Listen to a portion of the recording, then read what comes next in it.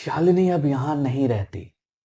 एक मुलाकात के पिछले भाग में अनिकेत से मैं मिला था और शालिनी के बारे में मैंने पूछा था।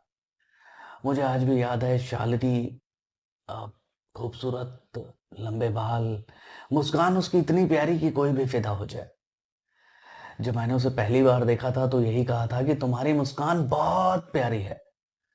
तब अनिकेत ने मुझे कहा था, दूसरों की संपत्ति पर नजर नहीं गड़ाते आरजे बाबू।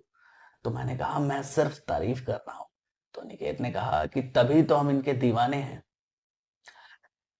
अनिकेत और शालिनी की लव स्टोरी के बारे में जब मैंने उनसे पूछा तो मुझे मालूम पड़ा कि वो कॉलेज के दिनों में मिले थे। अनिकेत पे प्रेशर ज्यादा था, घर में ज्यादातर लोग अधिकारी थे।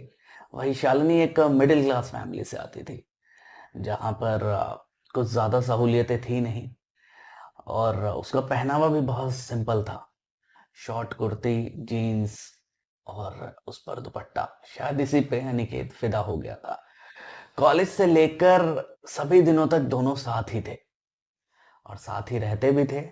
जब यहाँ जॉब मिली थी, मुझे याद है अनिकेत ने ही शालिनी का इंटरव्यू कराया था। शालिनी बड़ा घबराती थी। हालांकि पढ़ाई में सब कुछ अच्छा था, बोलने में भी बहुत अच्छी थी, लेकिन किसी किसी को होता है, हेजिटेशन होती है। खैर, मैंने जब अनिकेत से पूछा शालिनी कहाँ है, तो उसने कहा कि आप शायद मेरी पहुंच से बहुत दूर हो। मुझे ये सुन के सदमा लगा, थोड़ा सा, या यूं कहूं शौक लगा। मैंने कहा कि तुम अलग हो गए हो। वो खामोश हो गया। मैंने अपने राइट साइड नजर घुमाई तो देखा हर जगह शालिनी की तस्वीरें थी। किसी पे मुस्कुराती हुई, किसी पे फूल तोड़ती हुई, या कुछ काम करती हुई। मानो किसी चित्रकार ने कैनवास पर एक एक चीज को बड़ी शिद्दत से उतारा हो। मैंने दोबारा पूछा अनिकेत से, चाय का सिप लेते हुए मैंने कहा, अनिकेत बताओ जरा, क्या चक्कर है? तो उसने कहा कि आरजे बाबू, आपसे मेरी मुलाकात सालों बाद हो रही है और ये बात करीब 3 साल पहले की है।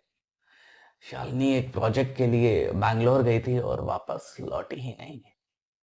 मैंने कहा लौटी नहीं का मतलब क्या है? बोला वही जो आप समझ रहे हो। मैंने फिर से कहा कि क्या तुमने कांटेक्ट नहीं किया, तुमने बात करने की कोशिश नहीं की? तो उसने कहा कि बहुत कोशिश की थी। मैंने कहा कि फिर रिजल्ट क्या रहा? तो उसने कहा कि वो अब आना नहीं चाहती। शायद अनिकेत से ज्यादा इस बात से मैं दुखी था। अभी मैं ज्यादा कुछ बोलता कि अनिकेत बोल पड़ा, तुम बताओ, प्रिया कैसी है? मैं रुक गया।